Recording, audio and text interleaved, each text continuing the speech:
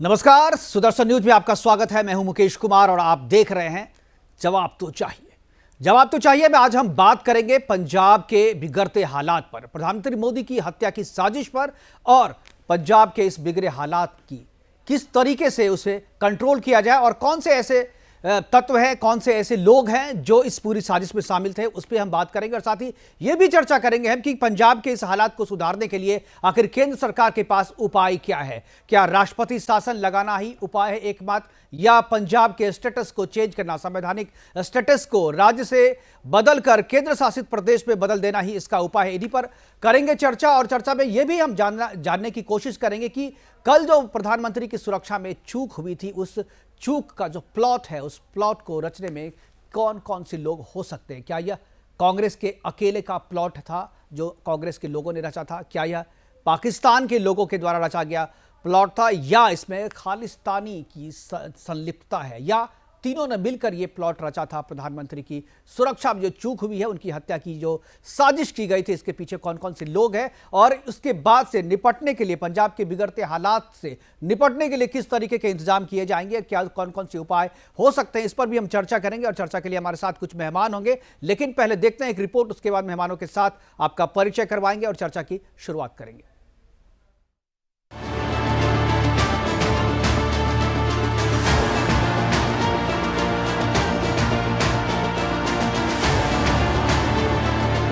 बुधवार को पंजाब में जिस तरीके से प्रधानमंत्री नरेंद्र मोदी की हत्या की साजिश रची गई, उससे साफ है कि पंजाब में राजनीतिक लड़ाई नैतिकता के सभी सीमा पार कर चुकी है। प्रधानमंत्री की सुरक्षा में हुई चूक के लिए तकनीकी तौर पर चाहे कोई भी अधिकारी जिम्मेदार हो, लेकिन असल गुनहगार कांग्रेस की चन्नी सरकार है। पंजाब के मुख्यमंत्री चरणजीत सिंह चन्नी को पूरे घटना की जिम्मेदारी लेते हुए अपने पद से इस्तीफा दे देना चाहिए, और यदि वो इस्तीफा नहीं देते हैं तो उन्हें तत्काल बर्खास्त कर गिरफ्तार कर लेना चाहिए और सलाखों के पीछे भेज देना चाहिए। पंजाब के बिगड़ते हालात पर यदि काबू पाना है तो केंद्र सरकार को मामले में हस्तक्षेप करना ही चाहिए। प्रधानमंत्री नरेंद्र मोदी की हत्या की साजिश इस बात की ओर इशारा करती है कि पंजाब के हालात 80 के दशक जैसी होते जा रहे हैं, जब खालिस्तानी आतंक पंजाब में पैर पसार कर रखा हुआ था, जिसका अंत करने के लिए केंद्र सरकार को सैन्य कार्रवाई तक करनी पड़ी थी। पंजाब को यदि फिर से 80 से 90 के दशक वाले दौर से जाने से बचाना है तो देश को एक और केपीएस गिल पंजाब में तैनात करना होगा। जिस शक्ति से केपीएस गिल ने पंजाब को खालिस्तान के आतंक से मुक्ति दिलाई थी, आज पंजाब को उसी शक्ति की जरूरत है, और इसके लिए यदि जरूरत पड़ी तो पंजाब में राष्ट्रपति शासन लगाकर कार्रवाई करनी चाहिए। नहीं तो जम्मू और कश्मीर की तरह पंजाब को केंद्र शासित प्रदेश में तब्दील कर वहां का प्रशासन केंद्र को अपने हाथों में ले लेना चाहिए। प्रधानमंत्री की हत्या की साजिश और खालिस्तान की मांग करने वाले पन्नू की हिंसक धमकी के बाद भी यदि यह फैसला नहीं हुआ तो कहीं देर न हो जाए। Bureau report, Sudarshan news.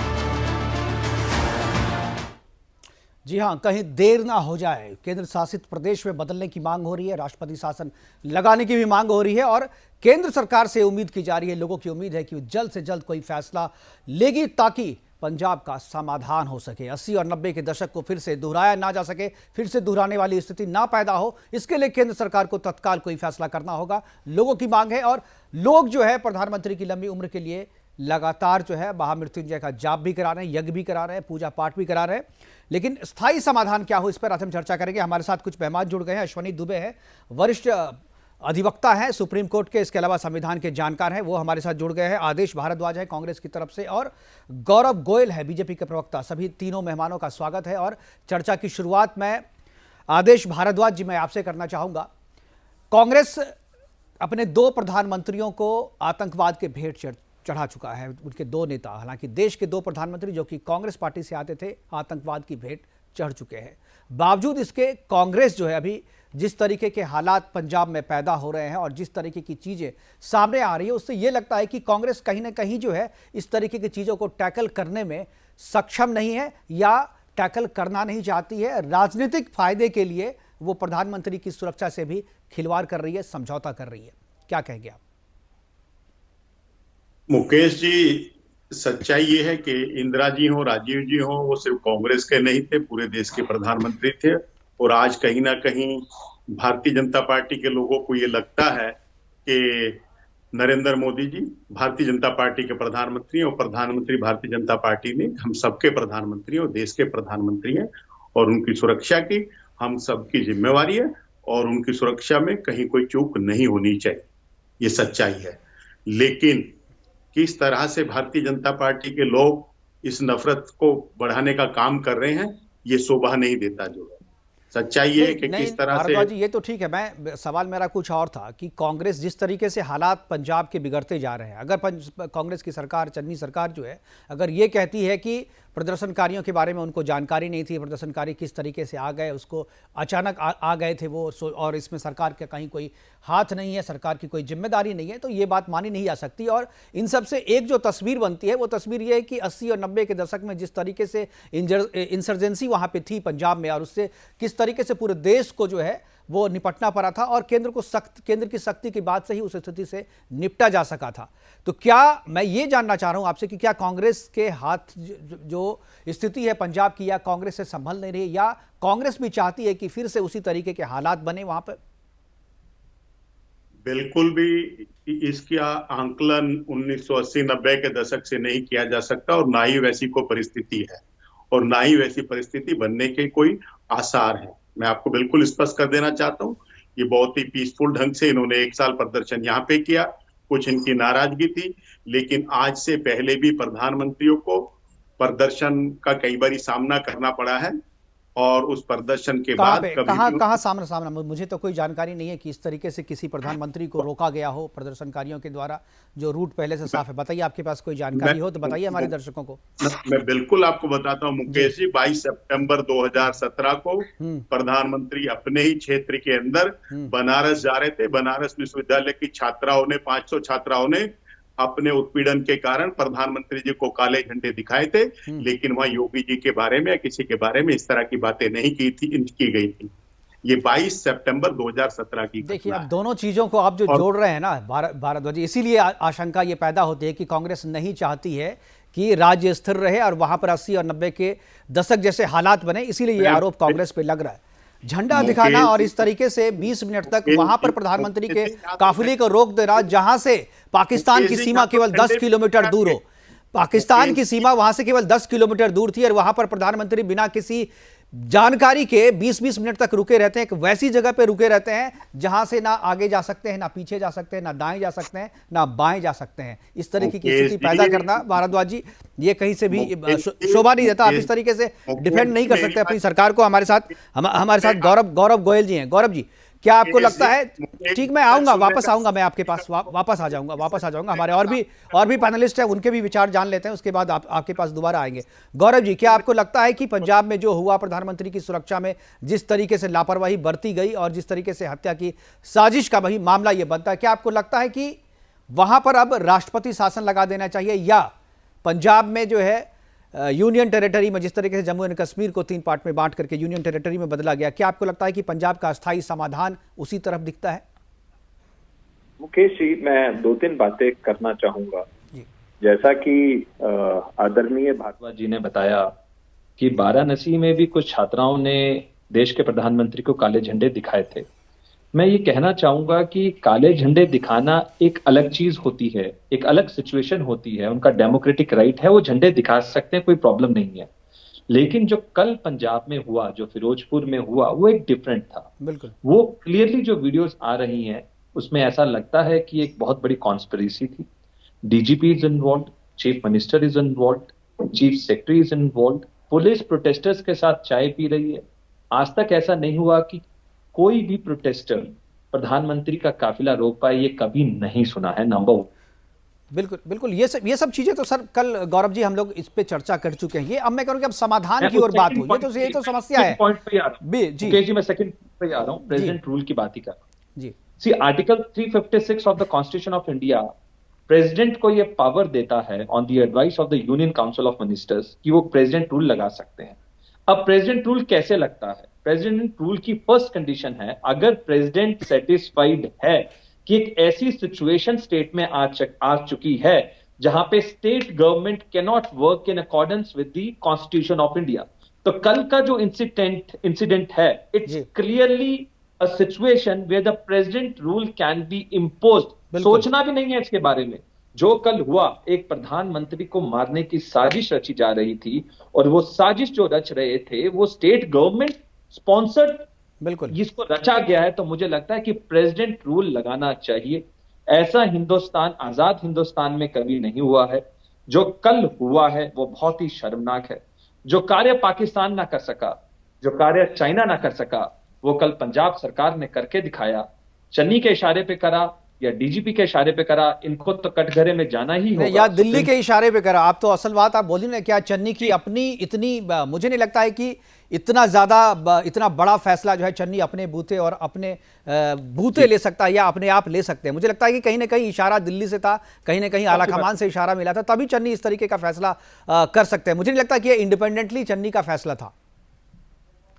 Gaurav ji, cannot take a decision. वो तो एक व्यक्ति को नहीं कोई डिसीजन दे सकता। This decision has been taken. आप ये भी मान सकते हैं कि दिल्ली से डिसीजन नहीं लिया गया, शायद हो सकता है ये इटली से लिया गया हो, क्योंकि आजकल एक व्यक्ति इटली में सैर सपाटा कर रहा है, तो हो सकता है ये डिसीजन इटली से भी लिया गया हो। बिल्कुल।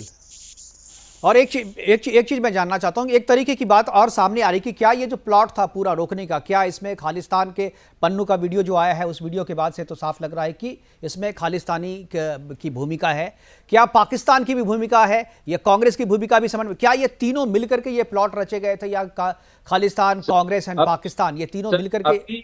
जी मुकेश जी, जो अभी पिटीशन फाइल हुई है सुप्रीम कोर्ट में, जो चंडीगढ़ में एक हमारे सोडी साहब हैं जिन्होंने फाइल करी है पिटीशन, और जिसपे कल बहस होनी है, एक ऐसा वीडियो सामने आया। मेरे पास वो वीडियो है, मैं आपको अभी भेज नहीं सकता क्योंकि मेरा मोबाइल स्काइप पे लगा हुआ है। मैं आपको वो वीडियो भेजूंगा। आज से 4 दिन पुराना वीडियो है कि हम प्रधानमंत्री को ऐसे रोकेंगे। मतलब 4 दिन पहले उनकी की साजिश। बिल्कुल प्लॉट, चाहे कोई भी हो, आतंकवादी हो, पाकिस्तान हो, चाइना हो, सबके कहीं ना कहीं तार। देखिए, इससे आप देश के प्रधानमंत्री को रोक रहे हैं, आप normal, and DGP was not present at all. बिल्कुल, I think it's a serious issue. Somebody, बहुत बड़े बड़े लोग इसमें इन्वॉल्व होंगे। ये ऐसा नहीं है कि प्रधानमंत्री का काफिला चला। ये जो पूरा घटनाक्रम है ना, मैंने एक जो जब राजीव गांधी जी की हत्या हुई थी उसके बारे में भी जब बात, मैं कुछ किताबें पढ़ रहा था, आर्टिकल्स थे, उसमें इसी तरीके की सिचुएशन थी। जब राजीव गांधी वहां पहुंचे थे तो उनके साथ जो है धीरे धीरे करके जो स्थानीय, जो वहाँ के एमपी थे वो उतर गए गाड़ी से, जो डीजीपी थे, जो चीफ सेक्रेटरी थे वो उतर गए थे, और आखिर में जब राजीव गांधी स्पॉट पे पहुंचे थे जहां उनकी हत्या हुई थी, वहां पर पहुंचने वाले राजीव गांधी अकेले थे। मुझे लगता है कि ये जो कुछ वाकया है, अगर आप देखें दोनों इंसिडेंट को जोड़ें तो कहीं ना कहीं आपको लगेगा कि सिमिलैरिटी थी और उसी तरीके की साजिश रचने की कोशिश यहाँ भी की गई, क्योंकि जो प्रोटोकॉल कहता है, प्रोटोकॉल के मुताबिक डीजीपी को वहां पर होना चाहिए था, लेकिन वो नहीं थे। बोलने के बावजूद, आश्वासन देने के बावजूद उनको रहना था। जब उनकी बात हुई थी एसपीजी से तो वहां पर होना चाहिए था उनको, और उन्होंने कहा था कि हम रहेंगे वहां पे, लेकिन बावजूद उसके एन मौके पर वहां पर मौजूद नहीं थे। Not only the DGP, but अगर DGP is not present, at least a senior most IPS officer should have been present. बिल्कुल, लेकिन वो भी नहीं था। और मैं ये दावे से कह सकता हूं कि जब प्रधानमंत्री जी की सिक्योरिटी टीम ने ये डिसीजन लिया, क्योंकि विजिबिलिटी नहीं है, हम हेलीकॉप्टर से नहीं जा सकते, तो सबसे पहला अगर फोन किसी को किया गया था तो वो डीजीपी को किया गया, और डीजीपी ने आश्वासन दिया कि आप चलिए, कोई दिक्कत नहीं है। इसके बाद तुरंत किसी ने फोन किया और साजिश रची होगी कि आप सारे लोग, प्रोटेस्टर सड़क पर आ जाइए। मुझे लगता है कि जी इसके अंदर तो कोई एविडेंस भी नहीं चाहिए। कई केसेस ऐसे होते हैं जिसमें मुझे लगता है कि देखिए, जिस तरीके से मौसम जो था, मौसम खराब था, जिस तरीके की बात जो है एसपीजी और प्रधानमंत्री सोच रहे थे कि मौसम खराब है तो सड़क मार्ग से भी जाना पड़ सकता है, तो जो साजिश करता है उनको भी इन सब चीजों की तो जानकारी होगी। तो मुझे लगता है कि वो किसी इशारे का केवल इंतजार कर रहे थे, और उन्हें भी पता था कि भाई मौसम खराब है, हेलीकॉप्टर से नहीं जाया जा सकता है, सड़क मार्ग लेंगे, इसलिए सड़क पे उनको घेरने की, उनको मारने की साजिश जो है, तैयारी बाकी जो है वहां पर कर लो। और जैसे ही इशारा मिला उसके बाद लोग वहां पर पहुंच गए। मैं मुकेश जी एक सवाल पूछना चाहूंगा, तो I don't have any right to ask a question on the debate, but फिर भी, क्या पंजाब पुलिस इतनी निकम्मी हो चुकी है कि अगर 1000 लोग प्रोटेस्ट कर रहे हैं उनको हटा नहीं सकती? ये पुलिस है या क्या है? बिल्कुल, क्या चूड़ियां डाल रखी थी पुलिस ने? बिल्कुल साफ तौर पर यह लगता है कि ये बिल्कुल सोची समझी साजिश है और कहीं से इशारा हुआ था और तभी ये सारी चीजें हो रही थी। हम अश्वनी दुबे जी के पास जाना चाहेंगे। अश्वनी जी, जिस तरीके से अब मांग हो रही कि राष्ट्रपति शासन लगाया जाए और यूनियन टेरिटरी में बदलने की भी बात हो रही है, क्या आपको लगता है अभी जो मौजूदा सिचुएशन है, क्या है ऐसा सिचुएशन कि वहाँ पर राष्ट्रपति शासन इम्पोज किया जाए या यूनियन टेरिटरी, क्योंकि यूनियन टेरिटरी बदलने के लिए पार्लियामेंट को बुलाना पड़ेगा, पार्लियामेंट अभी है नहीं, तो क्या पहले राष्ट्रपति शासन लगाया जाए, राष्ट्रपति शासन लगने के दौरान जो है पार्लियामेंट कॉल किया जाए और उसके बाद जो वहाँ पर ये फैसला किया जाए, क्या ये संभव है? क्या कहेंगे आप? जी, सबसे पहले अगर हम संविधान की बात करते हैं तो अनुच्छेद 256, 365, 356 के तहत केंद्र के पास शक्तियां बहुत ज्यादा हैं। मसलन उसकी ओर से जारी निर्देश का राज्य द्वारा पालन न होना। अगर हम कॉन्स्टिट्यूशनल ब्रेकडाउन ऑफ मशीनरी और लेजिस्लेचर जो है वो कॉन्स्टिट्यूशनल नॉर्म्स को फॉलो नहीं करता, तो हम जो कॉन्स्टिट्यूशनल प्रोविजन उनकी बात करें तो वो हो सकता है और राष्ट्रपति शासन का एक आधार बन सकता है। दूसरा कि आर्टिकल 256 के मुताबिक केंद्र राज्यों को निर्देश दे सकता है, यानी प्रधानमंत्री की यात्रा के दौरान भी राज्य को निर्देश दिए होंगे। और आर्टिकल 365 की अगर हम बात करते हैं मुकेश जी, तो यदि कोई राज्य केंद्र के निर्देश का पालन नहीं करता तो राष्ट्रपति द्वारा यह समझा जाना विधि सम्मत होगा कि उस राज्य में संविधान के मुताबिक सरकार नहीं चल रही, यानी जो कॉन्स्टिट्यूशनल मशीनरी है वो properly in accordance with the constitution काम नहीं कर रही है। उसके अलावा आर्टिकल 365 के तहत केंद्र को जो मिला अधिकार है उसमें 356 में राष्ट्रपति को लागू करने का अधिकार, राष्ट्रपति शासन लागू करने का अधिकार भी राष्ट्रपति को देता है। लेकिन एक बात अहम है कि रिपोर्ट फ्रॉम द गवर्नर और अदरवाइज, अगर हम अदरवाइज की बात करें तो राष्ट्रपति शासन लागू करने के लिए गवर्नर की रिपोर्ट की भी बाध्यता नहीं है। ये हमारा पॉइंट नंबर 1 है। बिल्कुल मुकेश जी, अब दूसरा जो पॉइंट है, जो प्रेसिडेंट रूल इंपोज होता है उसके जो सर्कमस्टांसेस होते हैं, पहला सर्कमस्टांसेस यह है कि स्टेट लेजिस्लेचर जो है एक लीडर अपना विधानसभा में नहीं चुन पा रहा है, जो prescribe by the governor, state governor या जो बहुमत की बात होती है वो। दूसरा ब्रेकडाउन होता है जब कोएलिशन गवर्नमेंट का।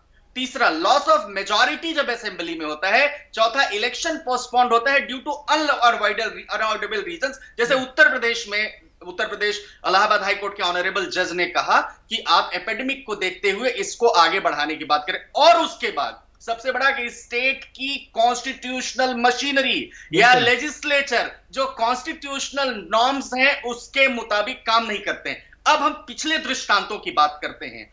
1990 से 1996 के दौरान इसी कॉन्स्टिट्यूशनल ब्रेकडाउन ऑफ मशीनरी को लेकर के 6 साल 264 दिन तक ब्रेकडाउन लॉ एंड ऑर्डर का था, तो हिमाचल प्रदेश में जो है प्रेसिडेंट रूल इंपोज हुआ था। दूसरा 18/2/1980 को मध्य प्रदेश गवर्नमेंट में, जबकि वो मेजॉरिटी एंजॉय कर रही थी सुंदरलाल पटवा की गवर्नमेंट, लेकिन वहां पर बाबरी विध्वंस हुआ तो उसके बाद वहां भी जो है राष्ट्रपति शासन लागू हुआ। उसके बाद 1973 में पीवी नरसिम्हा राव साहब की जब गवर्नमेंट थी आंध्रा एजिटेशन के समय, तो वहां भी राष्ट्रपति शासन लागू। उसके अलावा मुकेश, आप तो स्वयं बिहार से हैं, जब आप नारायणपुर की घटना को याद करिए, 12 फरवरी 1999 को 25 दिन के लिए जब 11 दलितों की हत्या हुई थी और वहां की जो राज्य सरकार थी बिल्कुल लक्ष्मण बाथे कांड जी तो 26 दिनों के लिए हुआ था। अच्छा, होता क्या है मुकेश जी, जैसे बड़ा अच्छा आपने पॉइंट उठाया कि जो विशेष सुरक्षा दल है, एक संघ का विशेष सुरक्षा दल है जिसमें प्रधानमंत्री, पूर्व प्रधानमंत्री,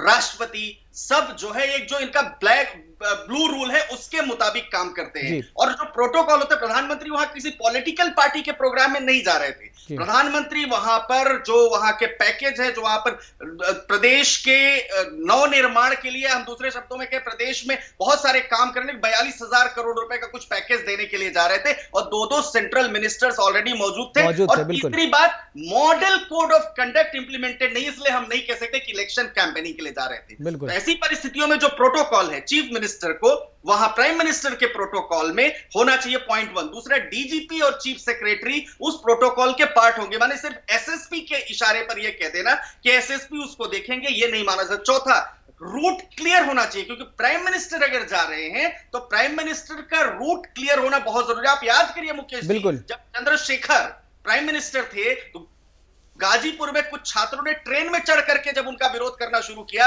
तो जो वहां की प्रदेश सरकार थी, उस प्रदेश सरकार ने चंद्रशेखर की रक्षा के लिए गोली चलाई थी और एक छात्र की मौत भी हो गई थी। तो मैं समझता हूं कि ये complete failure of constitutional machinery, constitutional breakdown और विधि सम्मत जो भी बनाई गई व्यवस्था है उसका है। तो इसलिए राष्ट्रपति कानून, राष्ट्रपति शासन भी इंपोज करना जो है अतिशयोक्ति नहीं होगी। बिल्कुल अतिशयोक्ति नहीं, और मुझे लगता है कि राष्ट्रपति शासन भी लगा देना ये अस्थायी समाधान नहीं, क्योंकि उसकी भी एक सीमा है। हर एक 6 महीने के बाद आपको एक्सटेंड करना पड़ेगा। तो क्यों ना इसको यूनियन टेरिटरी की जो बात हो रही है कि यूनियन टेरिटरी में बदल करके केंद्र सरकार को डायरेक्ट अपने हाथ में या अपने कमांड में ले लेना चाहिए, क्योंकि जो बॉर्डर स्टेट है भारत के उसमें इस तरीके की समस्याएं आती ही रहती है, और पंजाब तो पहले से भी डिस्टर्ब रहा है।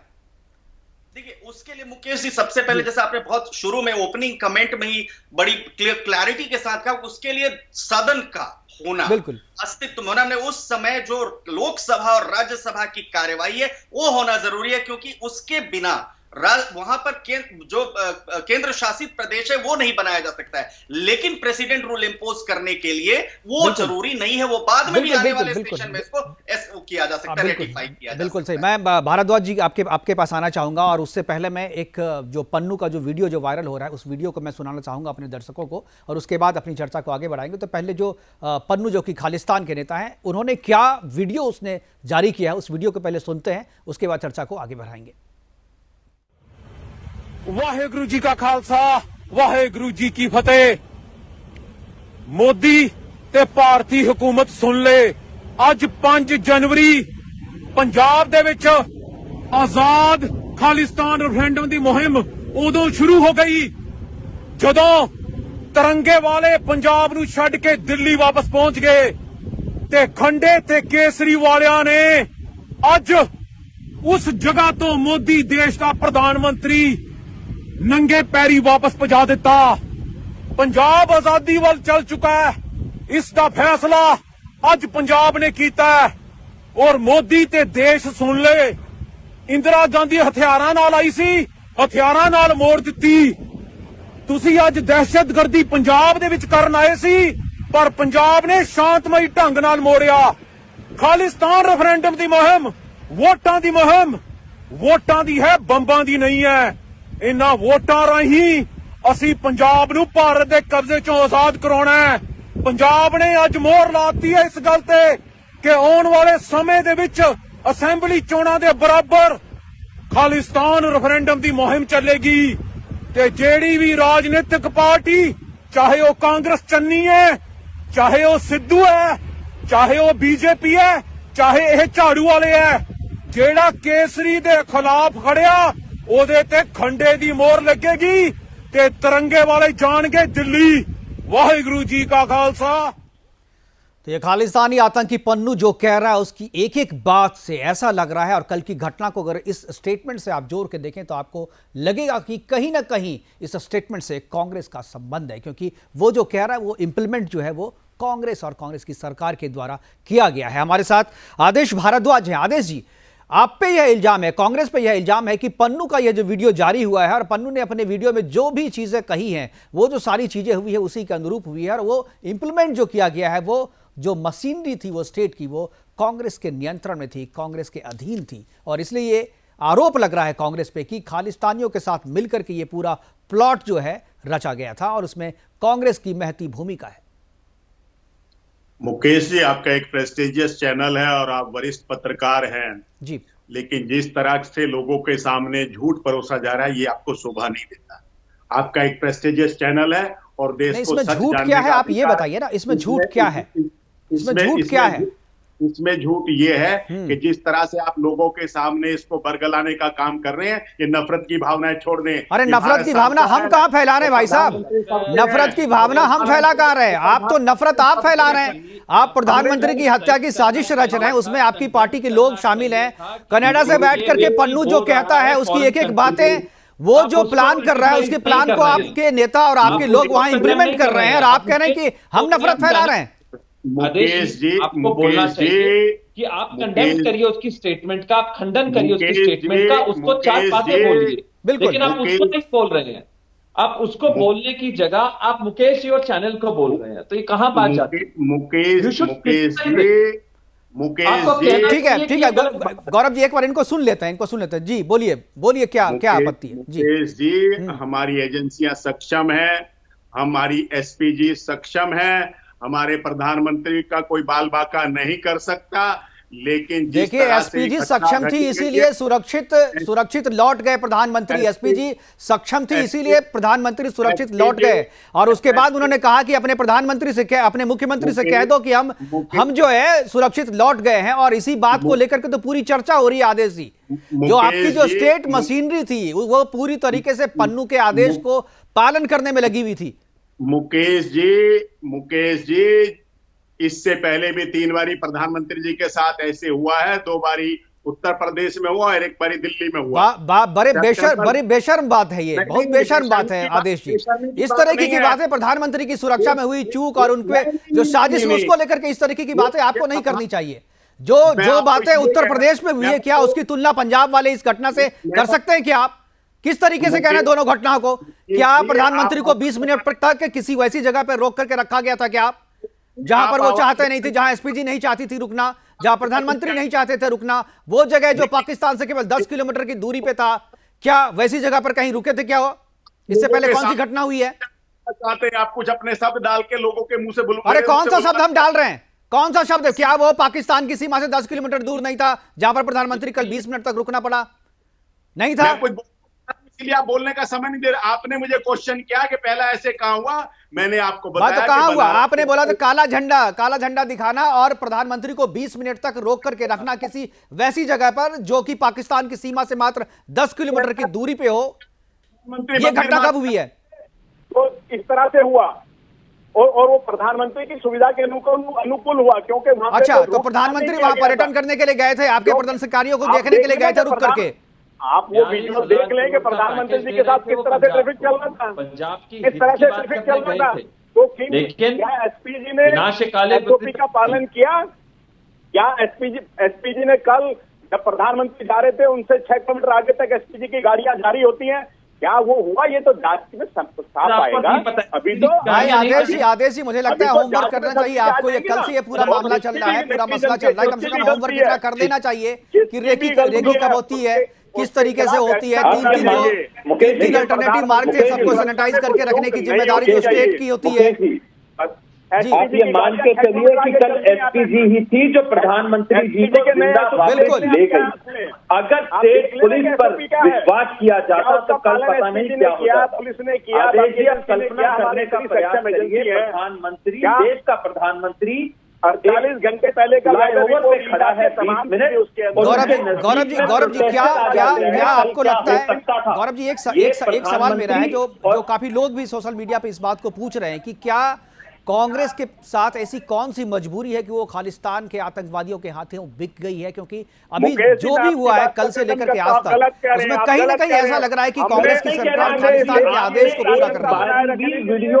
वीडियो दिखाया मुकेश जी ने, उसको कंडेम नहीं किया है, आपने उसको क्रिटिसाइज नहीं किया है, तो आपको पता चल जाएगा कि कांग्रेस व्यक्ति को अरेस्ट करें। आप गुमराह कर रहे हैं देश को। नहीं कहा आदेश जी आपने। आदेश जी होना तो ये चाहिए कि पंजाब की सरकार को बर्खास्त कर देना चाहिए और आपके मुख्यमंत्री को तत्काल जो है गिरफ्तार करके सलाखों के पीछे भेजना चाहिए। जिस तरीके का अपराध है ना, उसके लिए चन्नी की जगह जेल में है।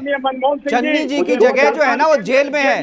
तुरंत पंजाब की सरकार को बर्खास्त कर करके मुकदमा चलाया जाना चाहिए सुरक्षा में। ये सुरक्षा में चूक नहीं है, ये साजिश है, ये सुरक्षा में चूक नहीं है। आप बीजेपी के प्रवक्ताओं की तरह ना बोले, आप दूसरे को। ये बीजेपी के प्रवक्ता और कांग्रेस की प्रवक्ता की बात नहीं है, देश की आवाज है, देश की आवाज है। वो प्रधानमंत्री हमारे भी हैं, प्रधानमंत्री आपके भी हैं। देश को गुमराह कर रहे हैं, प्रधानमंत्री को ऐसे खड़ा किया गया और अगर कोई पुल के नीचे से गोली चला देता तो क्या होता? आपको समझ है? प्रधानमंत्री जिस पुल पे खड़े थे 50 मीटर दुकानें 20 मीटर की दूरी पर लेफ्ट आप कल्पना करने का प्रयास करिए कि कल क्या। देखिए पूरे अगर घटनाक्रम को आप देखें आदेश जी, मैं आपको ही बताता हूं, अक्सर आप देखते होंगे ये आपकी चतुराई है। ये चतुराई लोगों ने समझ ली है। क्या चतुराई है भाई? चतुराई तो आप लोगों की है जो आप सब चीज कर भी दिए और आपके प्रवक्ता जो कांग्रेस पार्टी के प्रवक्ता है वो बार बार हर एक टेलीविजन डिबेट में आकर के डिफेंड करते हैं अपने आप को कि एसपीजी की गलती है। पार्टी में वैसे तो कांग्रेस पार्टी में ये विश्वास करना कि कोई देशभक्ति के ऊपर बोलेगा, बोल नहीं सकता है। और वो व्यक्ति जिसका वीडियो दिखा रहे थे, एक बात मैं कहना चाहूंगा आदेश जी कि तिरंगा के सम्मान के लिए पंजाब ने लड़ाइयां लड़ी हैं, और आज वो व्यक्ति कह रहा है कि तिरंगा वाले दिल्ली चले जाएं। तिरंगा के सम्मान में पंजाब के नौजवान ने अपनी मातृभूमि के लिए सिर कटाए हैं, लेकिन आपसे एक बारी भी उस व्यक्ति का खंडन नहीं हुआ, आपने क्रिटिसाइज नहीं किया, आपने उस वीडियो को नकारा नहीं है। तो मुझे आदेश जी एक बार आतंकी पन्नू के वीडियो को कंडेम तो करते हैं आप, अभी तक आपने नहीं किया है। कांग्रेस की तरफ से कोई प्रतिक्रिया नहीं है, इस वीडियो को कंडेम तक नहीं किया आपने। भारत का कानून उसके साथ सबसे सख्त कार्रवाई करेगा। अरे भारत तो का कानून तो करेगा ही, कांग्रेस की भी जिम्मेदारी, विपक्ष की भी जिम्मेदारी है भाई। क्या विपक्ष की कोई जिम्मेदारी नहीं है? किसी को भी करने का अधिकार नहीं है। आदेश जी एक चीज बताइए, क्या आतंकी पन्नू को आप समर्थन करते हैं? आप समर्थन करते हैं, कांग्रेस पार्टी समर्थन करती है? हमने इस आतंकवाद को खत्म करने के लिए दो प्रधानमंत्री आजादी के बाद हुए हैं।